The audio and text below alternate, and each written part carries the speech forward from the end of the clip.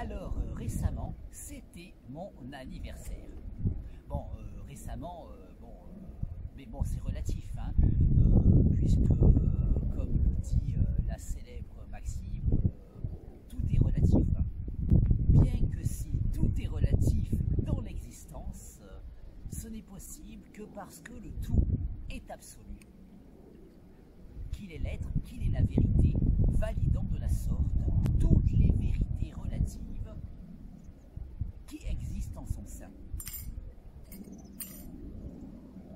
Voilà donc, récemment c'était mon anniversaire, bon, récemment quelque peu relatif, mais c'est il n'y a pas très longtemps. Hein.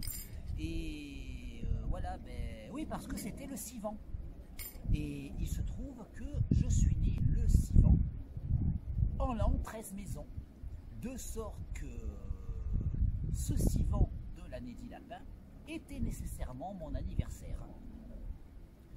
Voilà donc ce Sivan récent, ou relativement récent. Ben ouais, du coup j'ai décidé de faire une vidéo où j'ai déballé mes cadeaux d'anniversaire en live action face à la caméra. Voilà, et du coup, ouais, j'ai déballé mes cadeaux en live action face à la caméra. Et au passage, j'ai fait une vidéo le même jour. C'est-à-dire que la vidéo que j'ai faite, je l'ai publiée sur ma chaîne YouTube. Mais le même jour, j'en ai fait une autre. J'ai déballé d'autres cadeaux. Le même jour, ce Sivan de l'année dit lapin. Et j'ai déballé d'autres cadeaux dans un autre environnement. Et, mais la vidéo est restée, je l'ai chargée sur, je l'ai tournée le jour J et je l'ai chargée sur YouTube le jour J, comme celle qui est publique et qui a été publiée le jour J. Mais la vidéo bis, elle est restée en mode confidentiel, c'est-à-dire que si tu vas sur ma chaîne YouTube, tu la trouves pas. Et d'ailleurs, je l'ai partagée par la suite sur ma plateforme Tipeee. Du coup, tu peux la voir que si tu es un super chrysléiste qui a envie de soutenir l'artiste, l'auteur, le philosophe que je suis, si l'on veut bien m'excuser pour le barbarisme. Voilà, bon, en plus, si tu me soutiens, il faut savoir que pour la somme hautement symbolique de 11 €, somme qui étonne certaines personnes, mais c'est parce que la plateforme Tipeee n'autorise pas les centimes, ce qui m'a empêché de pouvoir demander les 38 centimes de circonstance. Mais bon, si on tient vraiment à être davantage symbolique, on peut très bien me verser la différence sur PayPal. Ou me faire la contribution par PayPal et recevoir les contributions, les contreparties que l'on pourrait avoir sur Tipeee autrement avec des messages privés. Voilà, parce qu'en plus, entre autres contreparties sur Tipeee qu'on peut demander après avoir un certain nombre de types, certaines valeurs, mais il y a déjà toutes les publications qu'il y a depuis que j'ai créé mon compte, et notamment nombre de bandes dessinées dont je suis l'auteur et qui sont inédites, et puis des textes de philosophie inédits, toutes sortes de créations personnelles qui sont inédites. Et là, la personne qui type aujourd'hui pour 11 €, elle a accès à tout ce qu'il y a eu avant.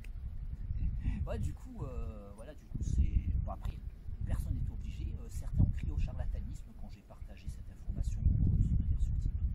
En fait, j'oblige personne. Hein. C'est comme l'écrivain qui publie son livre et qui le met en librairie. On va dire que c'est un charlatan. Si le livre il coûte 11 €, c'est un charlatan. C'est rare qu'un livre coûte que 11 € en plus. Et même Disney Plus qui demande de payer pour l'abonnement, on dit que c'est des charlatans. Là, quelque part, ceux qui donnent 11 €, il n'est pas obligé. Mais il voit ce que je mets tous les mois sur Tipeee et en plus il a accès à tout ce que j'ai mis antérieurement. Voilà, à l'heure actuelle. Hein. Oui, parce que selon ce que je mettrai à l'avenir, peut-être que je demanderai une contribution exceptionnelle de 38 € pour un contenu particulier. Mais les 38 € donneront du coup accès à tout ce qu'il y a eu antérieurement. Mais Mais moi, si je mets genre un long métrage par exemple, hein, parce que voilà, parce que j'ai des ambitions à ce niveau-là, ben, voilà. Voilà, mais en même temps, celui qui donnera 38 € à ce moment-là, ben, il verra tout ce qui aura été mis avant.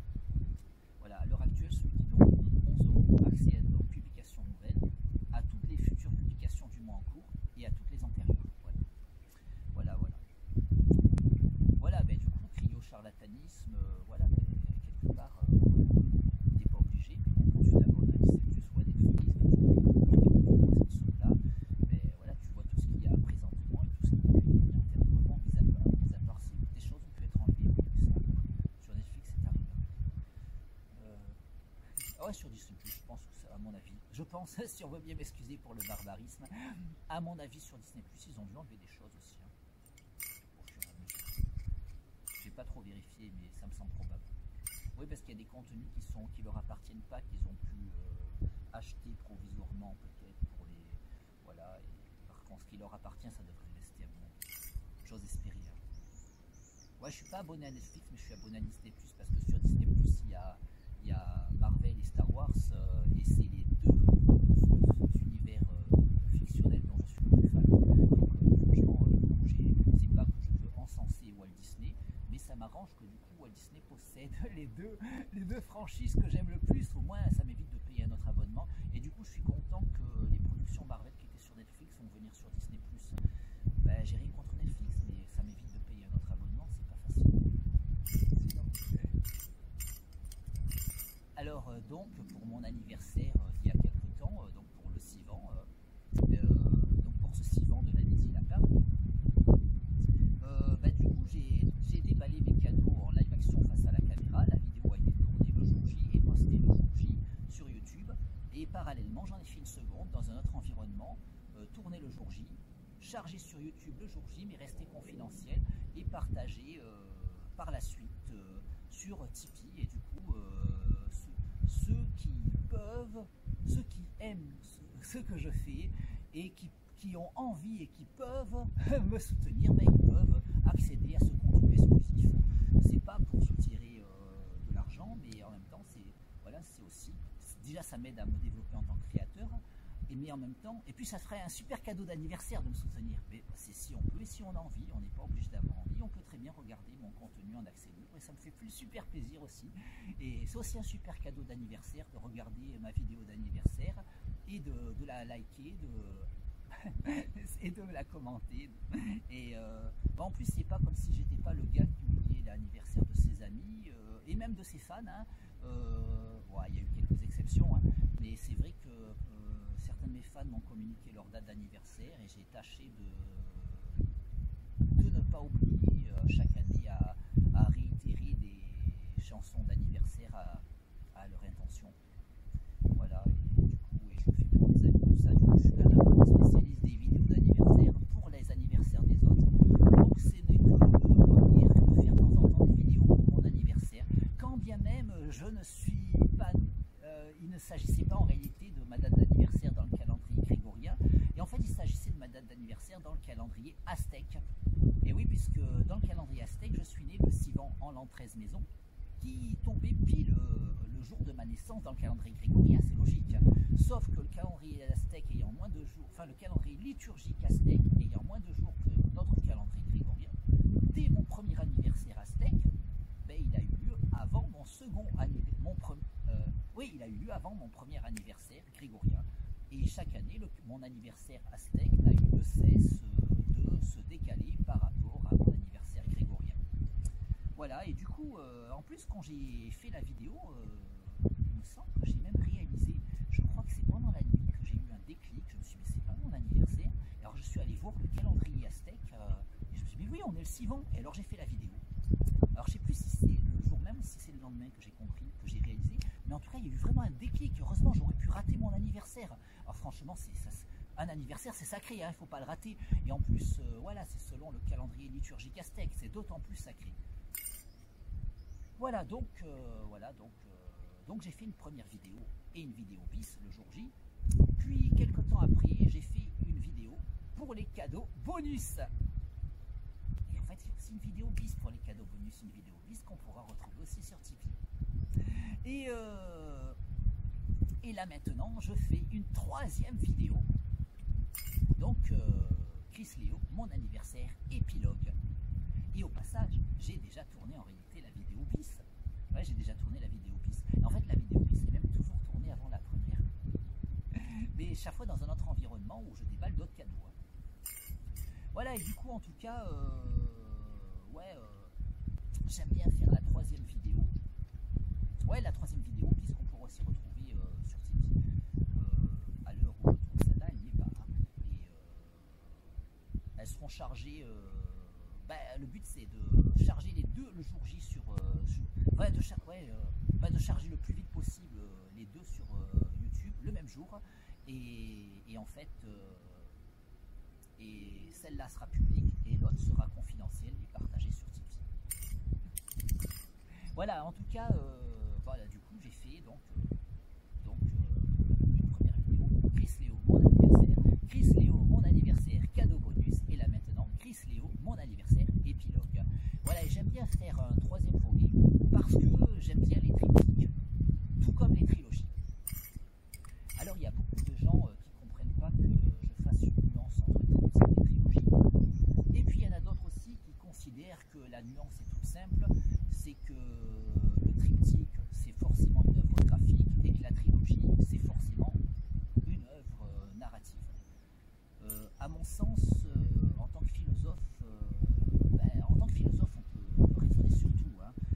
C'est le propre de la philosophie. Et notamment, le philosophe peut théoriser en matière de sémantique. Et en travaillant à être logique dans le domaine. Hein. Et du coup, en tant que philosophe, j'ai tenu à réfléchir notamment hein, sur les bonnes définitions et les bonnes nuances à faire entre triptyque et trilogie.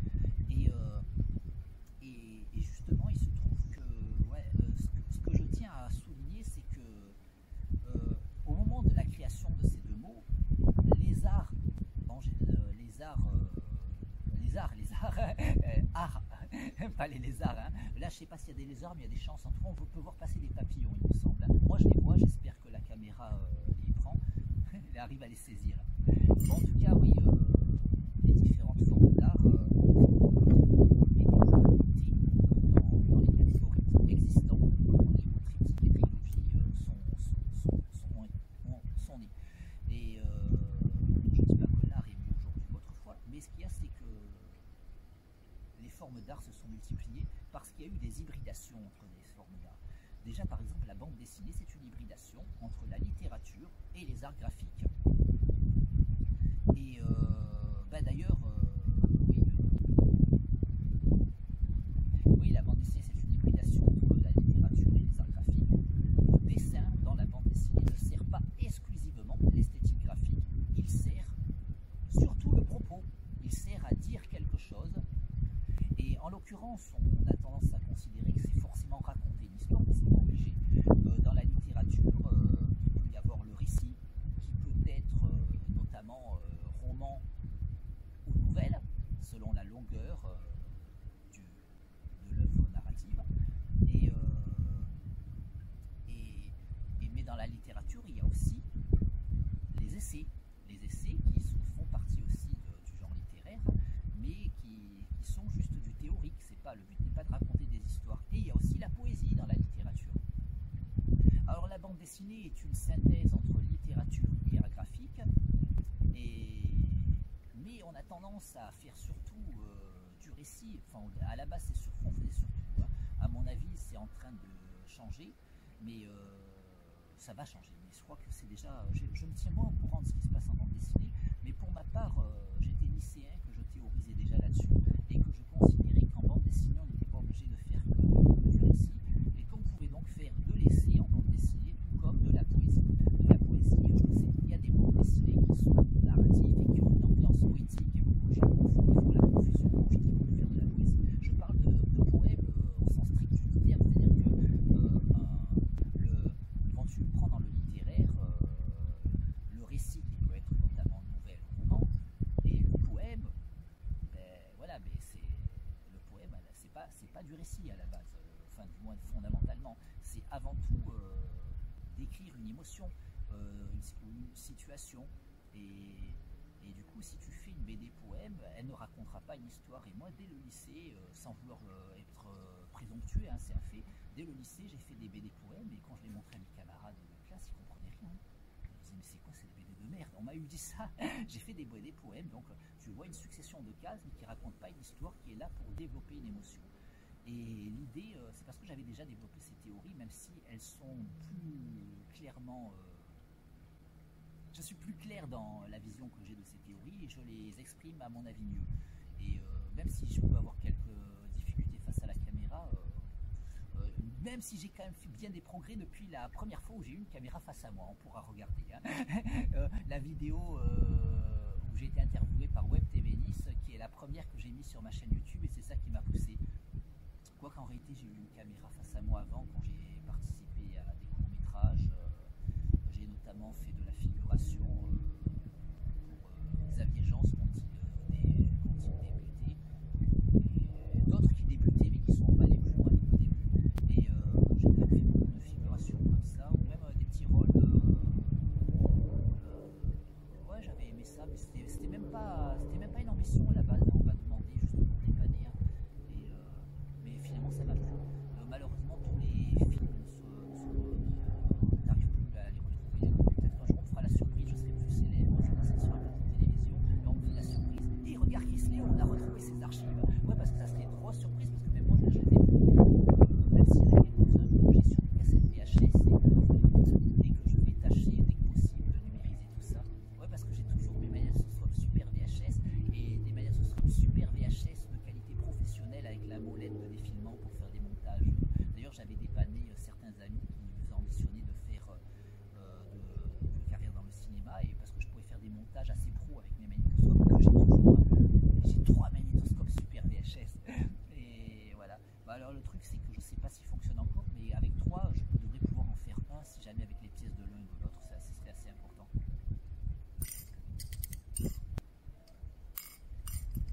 Voilà, donc, oui, bon, j'ai donc expliqué la bande dessinée, synthèse entre littérature et art graphique.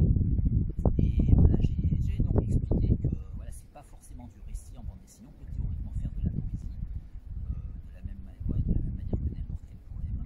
Et puis on peut aussi faire de l'essai, il me semble qu'il y en a qui en ont fait maintenant. Et des sortes de documentaires en bande dessinée, il y a des choses comme ça. Ça, documentaire, en bande dessinée.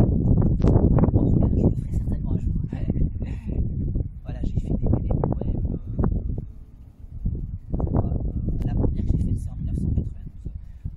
Voilà. Ouais, mais du coup, ouais, l'essai, il faudra que ça risque de me plaire de le mettre.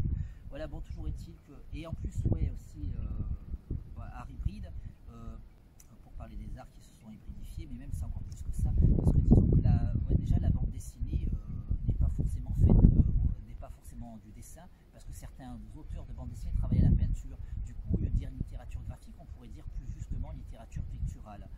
Mais vu que les arts graphiques et la peinture participent des arts plastiques, plastique qui parle de plastique, hein, plastique ça veut dire quoi? Les arts plastiques c'est au pluriel, et les arts plastiques c'est des arts déformants. Il y a plusieurs arts plastiques, plusieurs arts déformants. Il y a les arts graphiques qui font partie des arts plastiques, et la peinture qui fait partie des arts plastiques, et la photographie aussi. Du coup, comme une bande dessinée peut être du dessin ou de la peinture, en disant, on peut dire littérature graphique ou littérature picturale, mais si on dit littérature plastique, ben, au moins on simplifie parce que ça inclut aussi bien l'œuvre si elle est à la peinture ou si elle est dessinée. Mais en même temps, le terme littérature plastique inclurait aussi une œuvre faite à partir de photographie. Et du coup, la littérature plastique pourrait être de la littérature graphique, de la littérature picturale ou de la littérature photographique, notamment. Et mais beaucoup, là aussi, s'arrêtent à ce qu'on peut voir comme production pas forcément glorieuse, qu'on qualifie de roman photo. Mais théoriquement, tu peux faire une œuvre de la qualité des meilleurs BD que l'art ait pu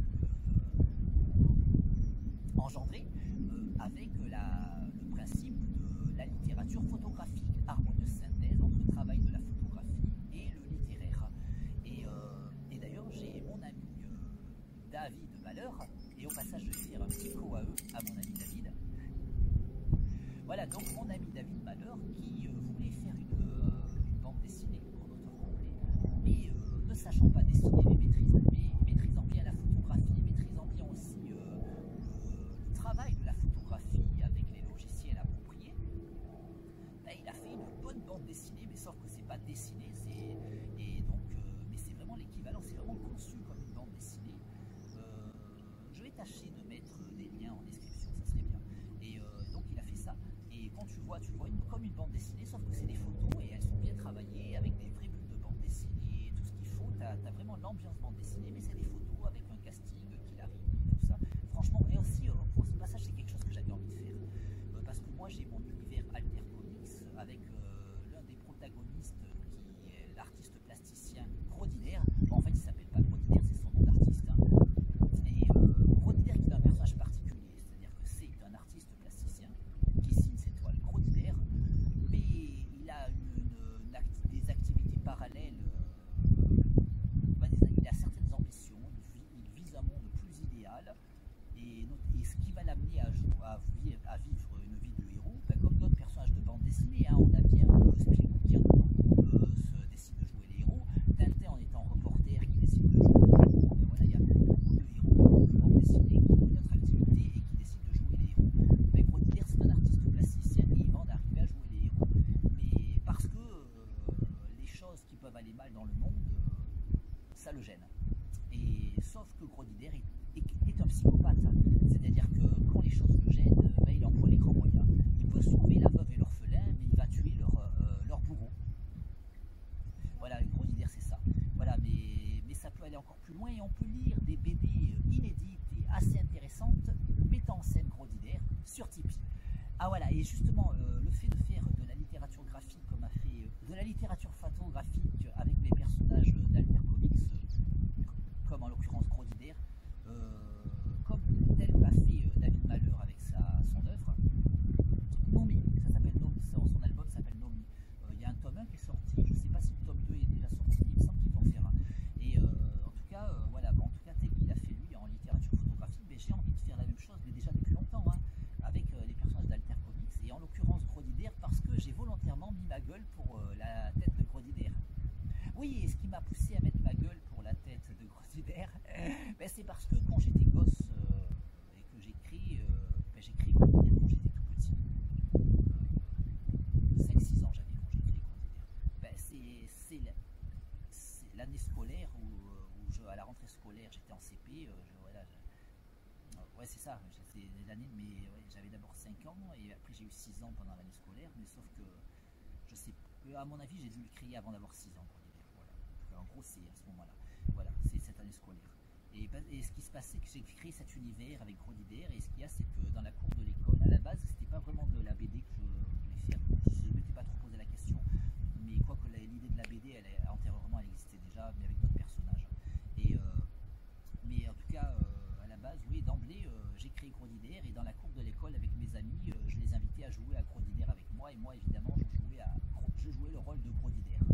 Et bon, après, j'ai continué à faire ça, surtout en bande dessinée. Et comme j'ai gardé Grodidaire pendant tellement longtemps et que j'ai pris en maturité et que j'ai grandi, ben voilà, ben, ce qui est passé, c'est que Grodidaire a grandi avec moi. Le Grodidaire d'aujourd'hui n'a pas grand-chose à voir avec le Grodidaire du départ, mais il y a eu une évolution.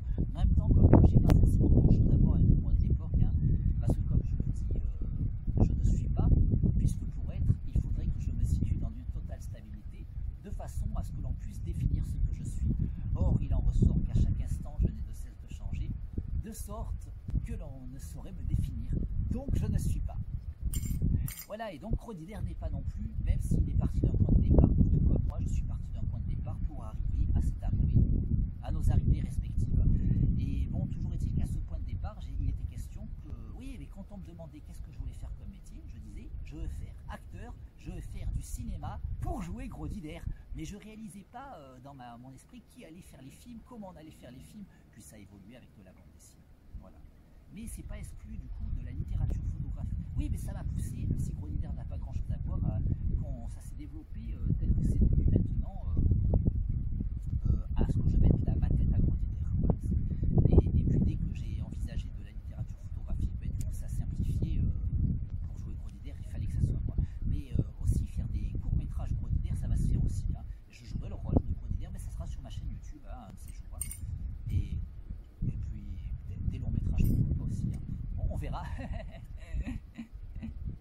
En tout cas, ouais, je tiens à jouer gros dîner.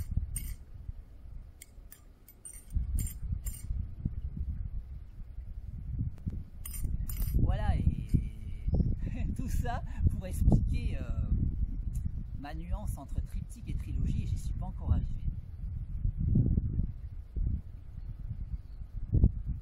Mais ouais, et là je disais donc que quand les mots triptyque et trilogie ont été créés, ben, le monde des arts avait moins de catégories artistiques, et justement ça s'est complexifié avec des catégories hybrides, comme justement ce qu'on appelle la bande dessinée, que je propose d'appeler plutôt littérature plastique, ou du moins de qualifier comme une littérature plastique, et que ce genre peut se décliner en littérature graphique, littérature picturale et littérature photographique.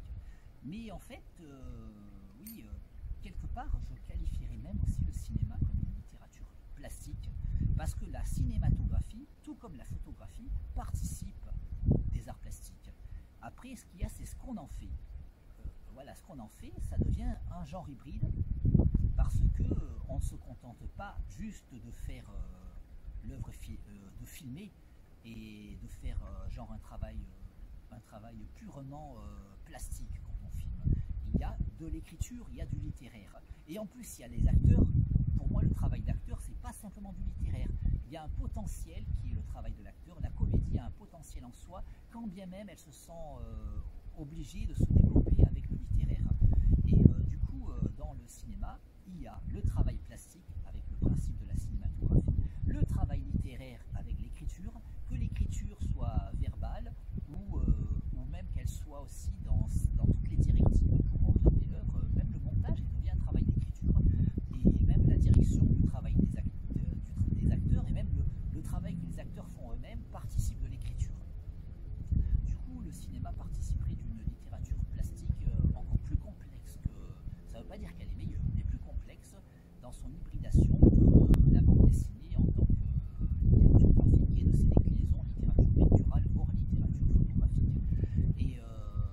Et en plus, il y a la musique aussi. Mais la musique, elle est là aussi, elle participe de l'écriture. Hein, quand l'œuvre est optimale, quand tu vois Star Wars par exemple, les musiques de John Williams, alors beaucoup de gens vont cracher, dire c'est du space opéra, c'est du commercial, c'est du fun. Je trouve évidemment que les studios font des films pour gagner de l'argent, il faut arrêter de vivre dans le monde des bisounours, mais ça n'empêche pas les gens qui travaillent d'avoir de véritables ambitions artistiques.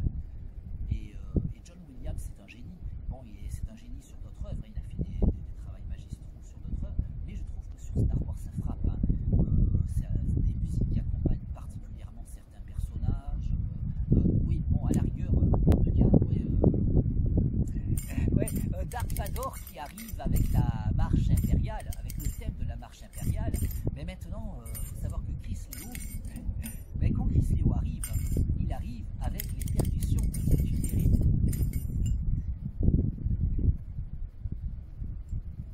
Ouais, il fallait bien qu'en bon fan de John Williams, je trouve quelque chose d'équivalent pour me caractériser. Ouais, mais en tout cas, c'est vrai qu'il y en a d'autres, hein, d'autres œuvres comme ça, mais enfin, dès que l'œuvre est vraiment optimale, la musique joue un rôle dans l'écriture. Évidemment, il y a tous les westerns de Sergio Leone et les musiques de Ennio Morricone, c'était magistral. Hein. Et il me plaît aussi de citer Shunsuke Kikuchi, qui est moins connu du grand public, qui est considéré comme le Ennio Morricone japonais. Et au passage, avant que certains se moquent, pour les arrêter dans leur élan, je mettrai en avant que Quentin Tarantino est fan de Shunsuke Kikuchi, et que dans les films de Quentin Tarantino, il a tendance à ne pas engager des compositeurs pour faire une musique originale, mais à piocher dans le répertoire de compositeurs qu'il aime. Du coup, Quentin Tarantino a fréquemment mis des musiques de Ennio Morricone dans ses films, mais des musiques qui n'ont pas été composées exprès. Bien que dans Les 8 salopards, Ennio Morricone a composé exprès. Mais c'était une première. Hein. Mais sinon, dans les films de Quentin Tarantino, il y a beaucoup de récupérations de thèmes existants, de différents compositeurs que Quentin Tarantino aime, dont Ennio Morricone, mais aussi Shunsuke Kikuchi.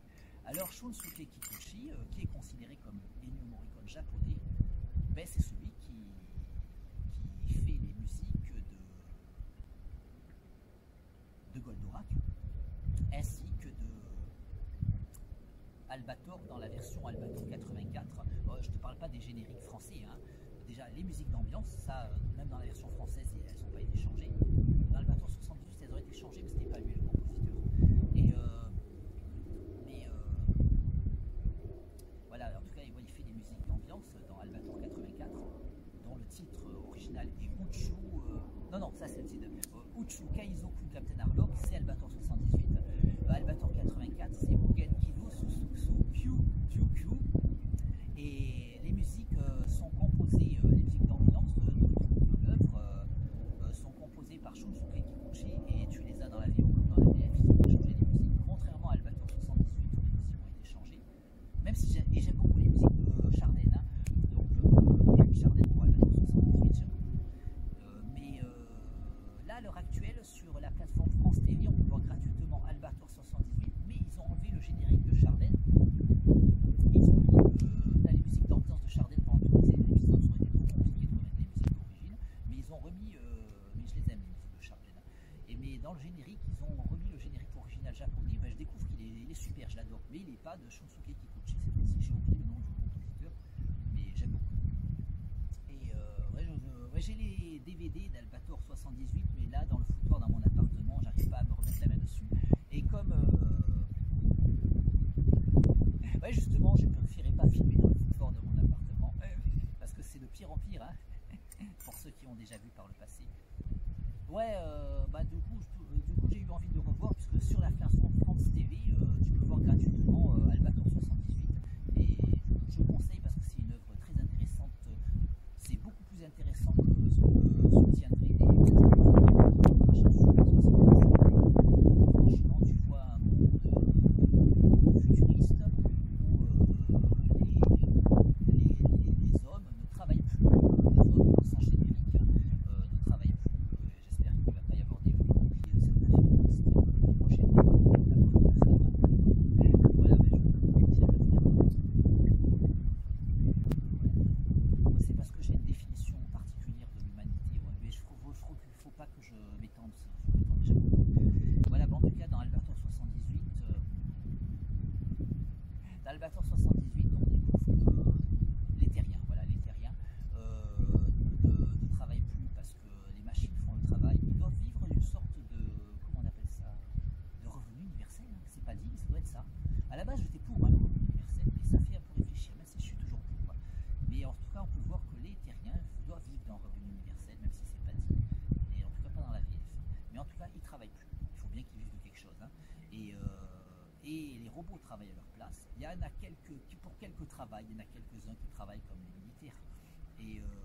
Mais justement, on est dans une dictature militaire dans Albator 78. Et moi, j'avais pas compris quand j'étais gosse. Alors tu as la menace des envahisseurs qui arrivent, tu as les terriens qui sont abrutis devant leur poste de télévision à regarder des programmes qui ont l'air d'être nos fameuses télé-réalités. Et ça date de 78. Hein. Et tandis que les terriens sont complètement abrutis en majorité, il y a une élite qui les dirige, une tyrannie, une dictature militaire, et la Terre est en proie à être attaquée par des envahisseurs. Les dictateurs sont quand même stupides, même en tant que dictateurs, du coup ils ne se rendent pas compte que la Terre va être attaquée.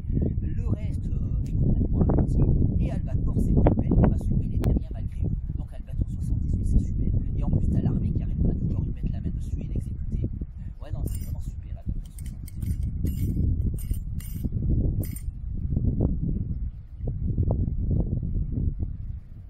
Voilà, en tout cas tu peux le voir donc sur la plateforme France TV, je t'encourage. Bon, les musiques sont pas de Shunsuke Kikuchi, les musiques de Albator 84 sont toujours dans la version française, bien que le générique lui il a été changé.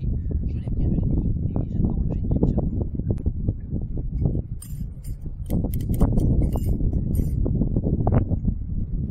Le générique japonais avec une musique de Shunsuke Kikuchi. Voilà, et du coup pour ceux qui se moqueraient, Shunsuke Kikuchi, il a un travail comme John Williams ou comme Ennio Morricone sur la musique, vraiment en tant qu'écriture dans l'œuvre, et il est considéré comme le Ennio Morricone japonais. Certains se moqueraient, mais j'ose espérer pouvoir les arrêter dans leur élan en rappelant que Quentin Tarantino est fan de Shunsuke Kikuchi et qu'il a récupéré certaines de ses musiques pour les mettre dans ses longs métrages. Et là tu ne vas pas réaliser où ça a été pris, hein. Tu entends de la très bonne musique, hein.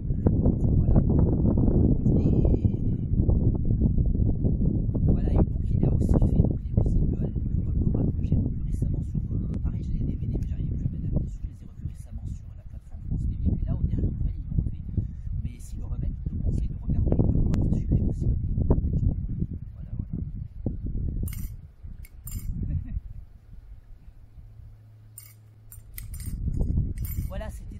dire que ouais, on peut qualifier le cinéma d'une littérature plastique. Ouais, oui, mais c'est un peu plus compliqué. Mais en tout cas, c'est vraiment un genre hybride qui mélange tout, le littéraire, les arts plastiques, avec ce genre des arts plastiques qui est la cinématographie, et puis tout ce travail d'écriture avec la musique, le jeu des comédiens. Voilà, non, franchement, c'est un art très très complet, le cinéma. Ouais, toutes les œuvres cinématographiques, qu'elles soient à la télévision, au cinéma, au potentiellement, elles sont de qualité. C'est un genre qui est fascinant. Voilà. Voilà, du coup, on parle de genre hybride. Voilà, il y a beaucoup de genres hybrides, je ne vais pas tous les lister, et qui n'existaient pas au moment où on a créé les termes de triptyque et trilogie. Voilà, donc c'est pour en revenir à ma définition des termes de triptyque et trilogie. À la base, triptyque, c'était une œuvre picturale en 3 volumes. Du coup, l'œuvre picturale, le tableau, qui avait 3 éléments, ne racontait pas une histoire. C'était pas le genre hybride littérature picturale. Hein. Et donc, c'était 3 scènes qui étaient connectées, mais il n'y avait pas d'histoire. Donc, le triptyque, il n'y avait pas de narratif. C'était du thématique. La trilogie, c'était un roman en 3 tomes. Donc, il y avait une histoire. Voilà, et du coup, aujourd'hui, avec tous ces genres hybrides, j'estime que pour être logique, les mots triptyque et trilogie, quand ils sont employés pour les uns ou les autres de ces formes d'art, ben, en fait, il faut juste décliner leur valeur sémantique. C'est-à-dire que le triptyque, c'était bien 3 éléments pour une œuvre thématique.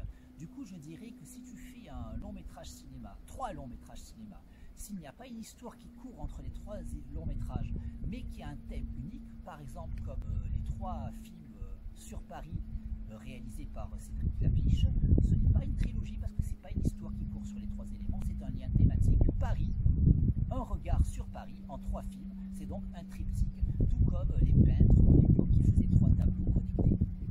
Et par contre, comme quand on écrit un roman en 3 tomes, c'est une trilogie parce qu'il y a une histoire qui court sur les 3 tomes, ben, quelque chose comme Retour vers le futur avec ces 3 films qui racontent une histoire, ben, c'est une trilogie. Et ben pareil, hein, au bout du compte, si j'écris 3 livres de philosophie, c'est pas une histoire, c'est un thème que je fais en 3 livres. Ouais, si je fais 3 livres de philosophie connectés, ben, ça sera pas une histoire, ça sera un thème sur 3 livres, ça sera un triptyque. Voilà, et du coup, comme j'aime bien les triptyques ou les trilogies, j'ai décidé donc de faire ce troisième opus pour mon anniversaire, après Chris Léo, mon anniversaire. Chris Léo, mon anniversaire cadeau bonus, mais maintenant Chris Léo, mon anniversaire épilogue, 3e volet du triptyque, à moins que ça soit une trilogie, parce que quelque part le lien est thématique, mais en même temps on peut voir mon évolution. Du coup, c'est peut-être quelque part entre les deux, et ce qui irait dans le sens de ce que de ne pas prendre la voie des extrêmes, mais de prendre la voie du milieu, de sorte que, en ce qui me concerne, entre le triptyque et la trilogie, ben je me situe peut-être quelque part au milieu.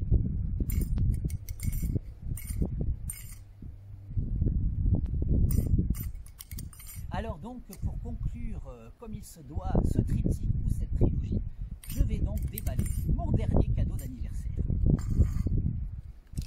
Bon, il s'agit d'une commande que j'ai faite. A priori, je sais ce que c'est, mais comme je fais beaucoup de précommandes, parfois, si tu veux acheter par exemple un vidéogramme, c'est une édition limitée, si tu vas à la Fnac par exemple le jour même, parfois il n'y en a plus parce que les gens sont arrivés en masse, ils l'ont acheté et il n'y en a plus. Et après, il y a des gens qui le revendent très cher sur internet. Et là, je ne veux pas acheter, hein, quand c'est vraiment des sommes folles. Et du coup, par contre, à la Fnac, tu as la solution de précommander. Tu commandes longtemps avant. Et ben, tu reçois à peu près le jour de la sortie, genre au pire le lendemain, il me semble. Et ouais, ben, du coup, le fait c'est que, a priori, je sais ce que c'est, et ça serait quelque chose que je voulais précommander, et que j'ai quand même réussi à avoir un prix pas beaucoup plus élevé, et du coup, mais là je vois qu'il y a déjà des gens qui le revendent des sommes folles, et là j'aurais pas acheté. Voilà, donc voilà, et donc je vais déballer mon dernier cadeau d'anniversaire. Du coup, là, c'est pas une précommande, si je me trompe pas, mais comme il y a des choses qui arrivent, qui se croisent, ben, je précommande. Il y a des précommandes qui arrivent, mais longtemps après, mais il y a des commandes récentes qui arrivent dans l'intervalle, et du coup, je m'embrouille des fois un peu les pinceaux. Le comble pour un dessinateur, mais au bout du compte, ça me permet d'avoir des surprises, quand bien même c'est moi-même qui m'offre les cadeaux. Et puis, j'ai pas de de m'offrir des cadeaux à moi-même, parce que c'est bien de se faire plaisir et on n'est jamais mieux servi que par soi-même. Et puis au bout du compte, vu que je finis par oublier ce que je m'offre, c'est comme si le moi du passé offrait un cadeau au moi du présent, et c'est comme si quelqu'un d'autre qui m'aime m'offrait aujourd'hui un cadeau. Et ce quelqu'un d'autre du passé qui m'aime, c'est bien de s'aimer soi-même. Il vaut mieux s'aimer soi-même que de ne pas s'aimer, on est plus heureux. Mais en plus, j'ai d'autant plus de raisons de ne pas être complexé avec le fait que je m'aime moi-même, c'est que le moi du passé qui m'aime et qui m'offre ce cadeau aujourd'hui, c'est plus le moi d'aujourd'hui, c'est quelqu'un d'autre, vu que je n'ai de cesse de changer, de sorte que je ne saurais être jamais le même. Et voilà, donc je vais déballer mon cadeau d'anniversaire. Ouais, j'avais pris mes ciseaux orange au cas où. Bon, du coup, ils vont pas servir parce que je vois que ça s'ouvre assez facilement. Mais si jamais quelqu'un m'agresse, j'ai au moins de quoi me défendre. Au moins, on est prévenu.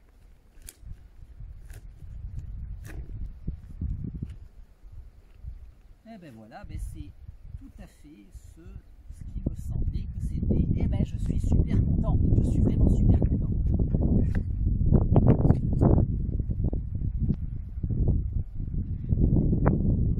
Voilà, c'est Spider-Man No Way Home, le dernier opus de la trilogie, du moins de la saga. Oui, parce qu'on ne peut peut-être pas parler de trilogie dans la mesure où il semblerait qu'il y a déjà un quatrième qui soit programmé. Après, on peut penser le quatrième et les deux suivants peuvent être pensés comme une nouvelle trilogie. C'est pas dit que ça soit envisagé comme ça. Il peut y avoir une succession de courts-métrages sans qu'on envisage des unités parfois. Ouais, en tout cas, le dernier opus des Spider-Man du MCU, le troisième en l'occurrence. Et je voulais avoir l'édition limitée Steelbook, moi j'aime beaucoup, parce que Marvel, je suis un inconditionnel. En tout cas, quand c'est le MCU, d'autant plus.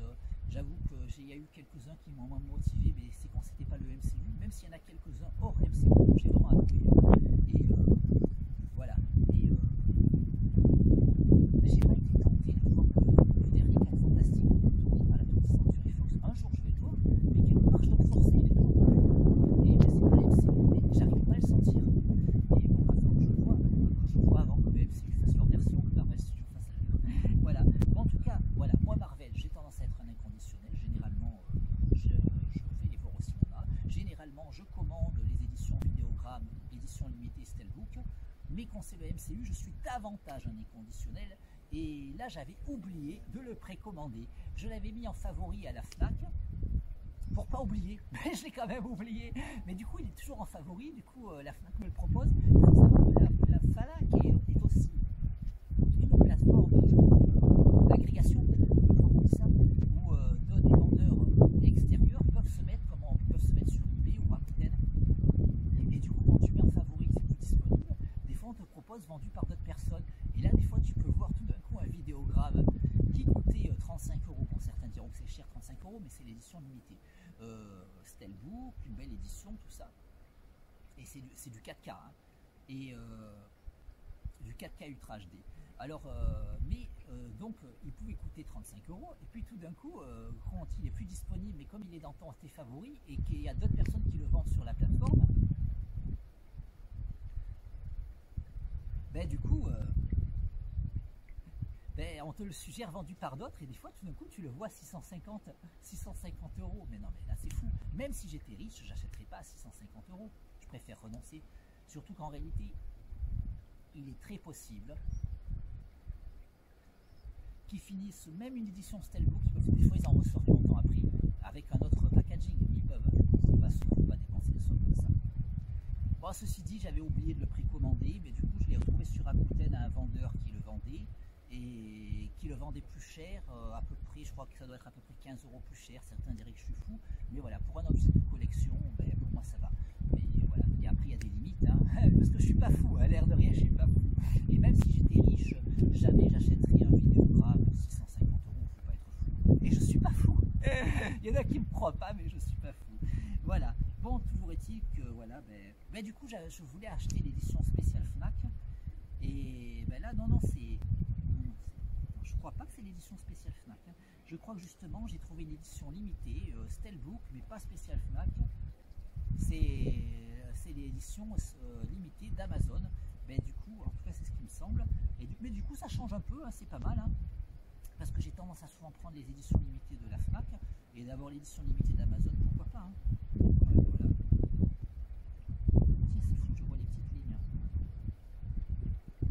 Ouais, donc, ouais, bah, ce qui compte, c'est qu'il y a le français, hein, voilà. Oui, donc c'est du 4K Ultra HD, si tu veux. Le Blu-ray en définition, c'est du 1080p, donc 1080p, donc 1K, K ça veut dire kilo, comme 1 km, c'est 1000 mètres. Ah, j'ai donné une claque au papillon, ça me fait de la peine, j'adore les papillons, mais ça va, il a l'air de s'en être bien tiré. Oh, c'est mignon, j'adore les papillons. Et, ouais, donc le Blu-ray c'est 1080p, la définition. Enfin, j'essaie de faire simple, hein, voilà. Voilà. Voilà. Et donc 1080p, donc autrement dit 1000, donc 1000, comme 1000 mètres c'est 1 km. Voilà, mais 1080p, ben, 1000, ben, ça donne 1K. Voilà. Et du coup, et là, donc, on n'est pas sur du 1K, on est sur du 4K. Voilà. Mais je n'ai pas encore de lecteur de vidéogramme 4K Ultra HD, donc du 4K, au lieu du 1000 du Blu-ray. Mais il y a un combo, tu as le disque en 4K Ultra HD et tu as le disque en Blu-ray. Pareil, je n'ai pas de lecteur Blu-ray, mais je suis abonné Freebox et j'ai la Freebox Révolution qui a un lecteur Blu-ray intégré dedans. C'est pas le meilleur lecteur Blu-ray du marché, mais c'est amélioré, hein, parce que j'ai eu beaucoup de bugs les premières années. Il a été plusieurs fois renvoyé, puis apparemment ils ont fini, et je crois qu'à force ils ont dû, avec les nouvelles mises à jour, mais si tu gardais ta Freebox pendant toutes ces années et que tu renonçais à l'utiliser, il n'y a peut-être pas eu des progrès pour toi, parce que certains m'ont laissé entendre ça. Mais comme moi, au bout du compte, j'ai fait, ouais, je me suis plaint et tout ça, mais apparemment, peut-être qu'au bout d'un moment, les problèmes ont été résolus, et ceux qui ont des Freebox Révolution qu'ils ont depuis toutes ces années chez eux sans qu'elles soient reparties, ça peut expliquer que le lecteur Blu-ray soit toujours merdique. Mais au bout du compte, oui, je pense qu'ils ont résolu beaucoup. Je pense, si on veut bien m'excuser pour le barbarisme, que Freebox, la Free a bien résolu bien des problèmes de leur lecteur Blu-ray. Et en tout cas, moi ça va. Maintenant, je peux lire les Blu-ray à l'aise sur la Freebox Révolution. À un moment, j'ai eu beaucoup de problèmes, hein. Mais je compte acheter un jour un super lecteur Blu-ray. Mais bon, tant qu'à faire, je vais acheter un lecteur Blu-ray qui lise aussi les 4K maintenant. Mais bon, c'est pas, ça devient de plus en plus cher parce que c'est un public de niche, ça intéresse de moins en moins les gens. Alors certains te disent oui, mais il faudrait qu'ils les vendent moins cher pour qu'ils en vendent plus. Ils en vendront pas plus, c'est ça le problème. Il y en a même qui arrêtent de fabriquer ceux de haut de gamme, hein, qui arrêtent parce qu'ils en vendront pas plus, parce que maintenant les gens préfèrent les abonnements sur PSVOD, que je suis pas contre, hein, je me suis bien abonné à Disney+, mais quand je suis vraiment fan, j'aime bien voir les vidéogrammes. Mais du coup ça vise un public de niche, du coup ça peut pas, le prix peut plus baisser maintenant. Et de même que les vidéogrammes, ils vont arrêter de baisser aussi, hein. C'est-à-dire que tu as les DVD qui sont de plus en plus bas, mais qui vont se vendre de moins en moins. Et maintenant, les collectionneurs qui vont plutôt acheter des œuvres comme j'achète, ça, à mon avis, ça va plus baisser parce qu'on devient beaucoup plus rare en fait. Mais en même temps, je ne vais pas tout acheter. Il y a beaucoup de choses qui sont sur Disney Plus que je vais regarder. Mais Marvel et Star Wars, voilà, ça, je suis un inconditionnel. Voilà. Mais je ne sais pas si je vais l'acheter, les 4 Fantastiques de la 20th Century Fox. J'arrive pas à être tenté. Peut-être que je vais juste le regarder sur Disney Plus. C'est fou, je le sens pas. Donc j'ai pas de lecteur de vidéogramme 4K Ultra HD, je n'ai pas de lecteur Blu-ray non plus, mais j'ai le lecteur Blu-ray intégré dans la Freebox Révolution qui est satisfaisant, même si forcément un meilleur lecteur Blu-ray c'est mieux, mais ça dépanne en attendant.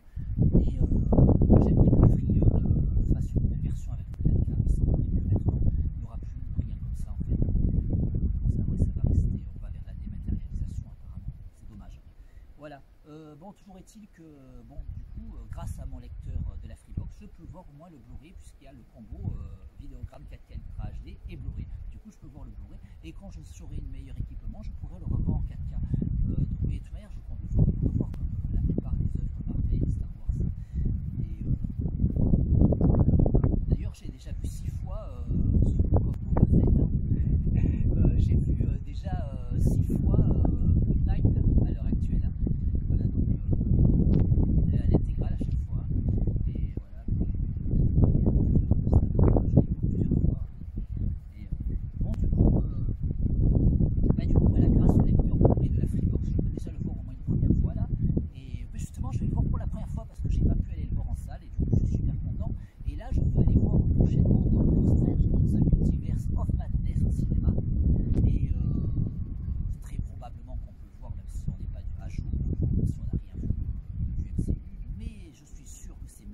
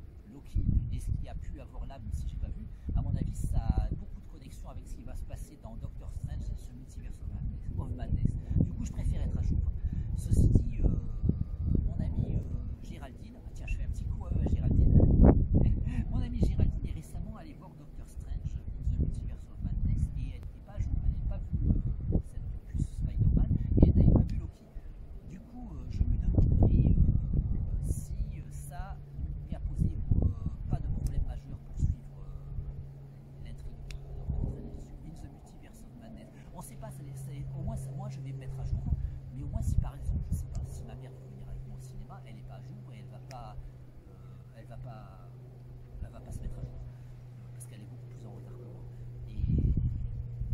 Et du coup, mais si Géraldine me dit que ça l'a pas gêné, bah, on va laisser ma mère revenir. Et si elle me dit que ça l'a gêné, on va laisser ma mère et puis je viens. Voilà. Enfin, elle attendra, je pense qu'elle sera pas pressée. Après, si elle tient à venir malgré tout, je ne vais pas y interdire. Hein. J'ose espérer, je veux considérer qu'on est dans un pays libre.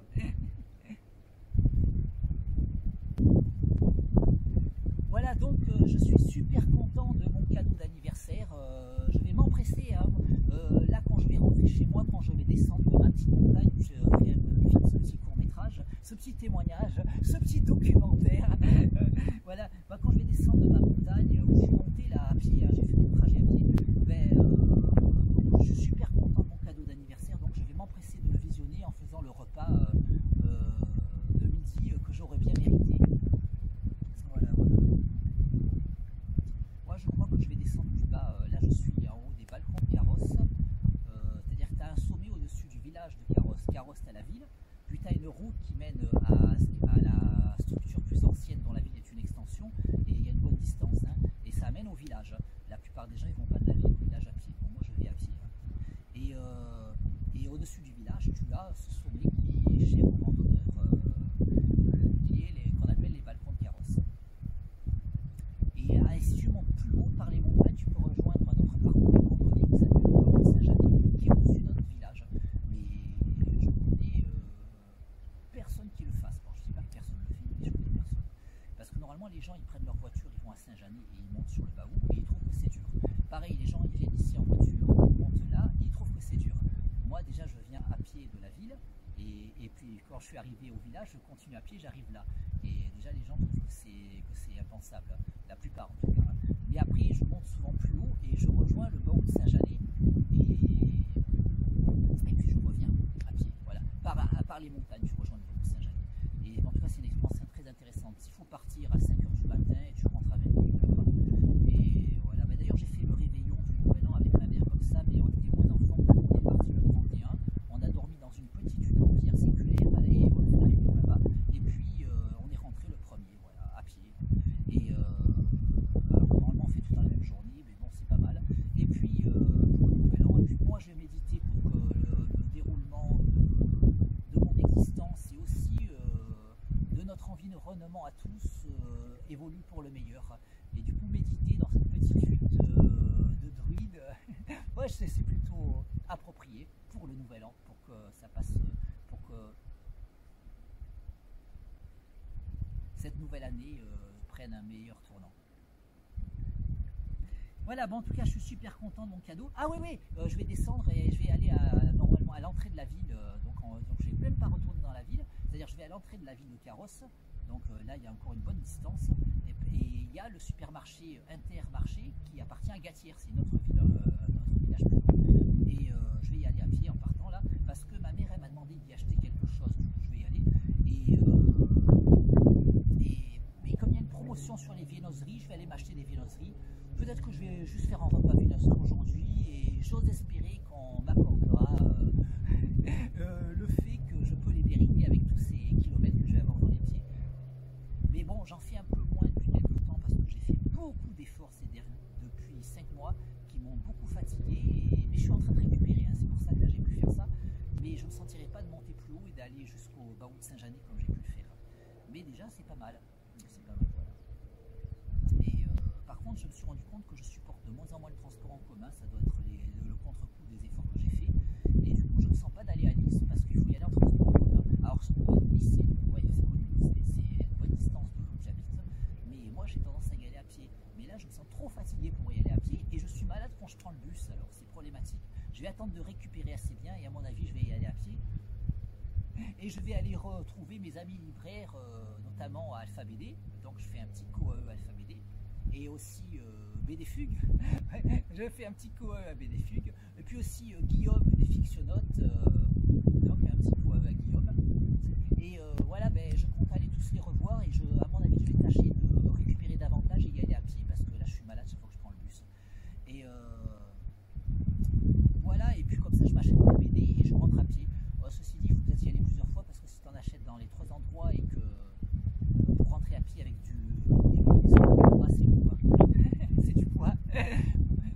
moi, ça m'oblige à pas trop acheter. Hein.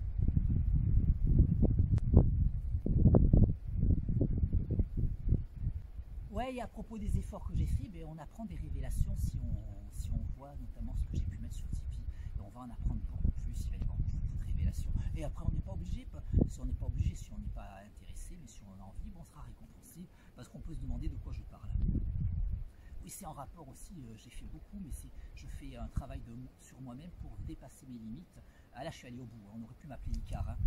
Je crois que j'étais au bord du malaise à un moment.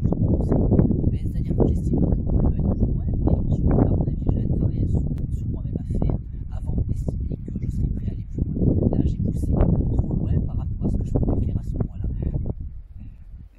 Ah, j'ai été vraiment, c'était affreux. Je me couchais fatigué, je me levais fatigué, ça commence à aller mieux. Et à un moment, j'avais le cœur qui faisait boum en permanence. Je me suis dit, putain, je sais pas si je vais pas claquer. C'était affreux. Bah là, ça y est, ça va mieux. Hein, voilà. Mais je suis pas encore au point pour aller à Nice à pied. Mais je vais y travailler.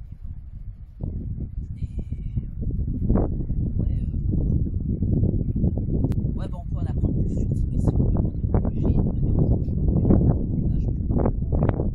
Mais au passage, s'il y a des vidéos sur Tipeee inédites, et bien s'il y aura un jour les mêmes vidéos publiques, ça sera un cut différent. Hein, je vais faire des coupes, tout ça. Du coup, les tipeurs seront toujours récompensés.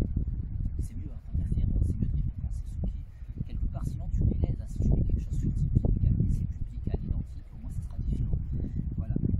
Bon, en tout cas, je suis super content de mon cadeau d'anniversaire. Voilà, franchement, aujourd'hui, je vais regarder ça. J'ai vraiment hâte. Hein. J'ai super hâte. Et je suis super content. Et je vais regarder donc ce Spider-Man No Way Home en mangeant mes viennoiseries que je vais à Illico aller acheter.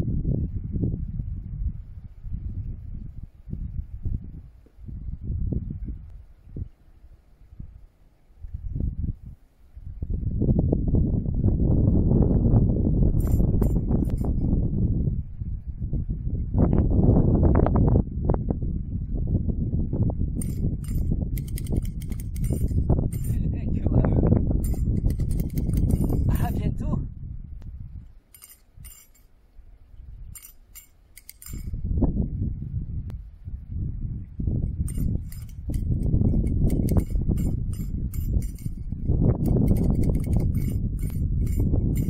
Oui, au passage, j'y pense, il y a un t-shirt Spider-Man que j'ai mis pour la circonstance, que j'étais quasiment sûr que j'allais déballer ce Spider-Man No Way Home.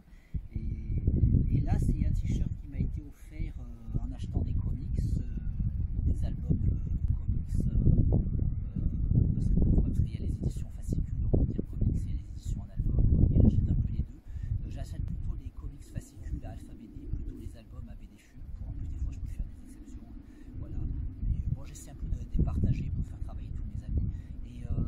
Mais en fait, il est même possible que j'en ai 2 exemplaires de ce t-shirt, c'est plusieurs fois arrivé, que BD Full me l'offre et que Alpha BD me l'offre. Et du coup, au moins j'en ai 2 parce que si un jour il est usé, puis moi j'adore. Et du coup, ce t-shirt là est sorti pour les 50 ans de Spider-Man. Et là, comme quoi, certains ne me croient pas quand je dis que le temps passe vite, mais c'est vrai, hein, moi j'ai pas le temps de m'emmerder. Hein, je sais pas comment ils font ceux qui s'emmerdent dans la vie. Et d'ailleurs, j'avais un ami qui est devenu presque menaçant parce qu'il s'emmerdait dans la vie, il s'emmerdait à mourir, et il fallait que je lui donne plus de mon temps. Et il m'a dit quand on a une relation, il faut s'investir dans la relation. Quand tu n'investis pas assez dans notre relation, donc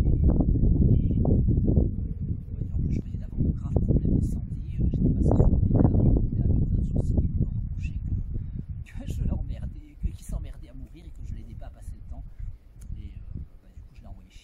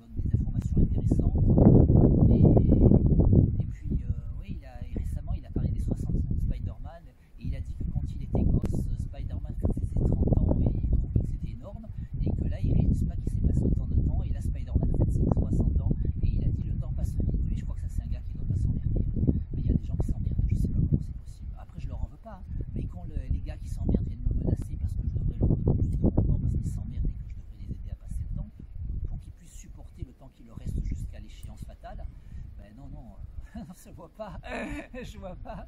Non, non, mais voilà, faut pas m'emmerder. Hein. Vraiment, quand on m'emmerde, j'envoie chier. Ouais, parce que j'ai développé des techniques de méditation pour envoyer mes problèmes de santé de mon corps jusqu'au corps des personnes qui m'ont fait chier. Voilà, du coup, ouais, depuis que je fais ça, ma santé va beaucoup mieux. Hein. Voilà, mais bon, il faut que de temps en temps, je rajoute des personnes sur la liste. Dès que quelqu'un me contrarie, j'essaie de le prendre sur moi, de plus dire ce qu'il y a comme problème parce que tu n'arrives pas à répondre. Si les gens ne veulent pas répondre, tu le mets sur la liste et tu lui envoies tes problèmes de santé. Et là, tu vas mieux. Non seulement ça te soulage émotionnellement de savoir que tu vas l'envoyer chier, mais en plus, quand tu te retrouves à chier de moins en moins, oui, parce que j'ai des problèmes qui, à ce niveau-là, bon, ceux qui me suivent doivent savoir, c'est toujours assez important, mais ça va beaucoup mieux.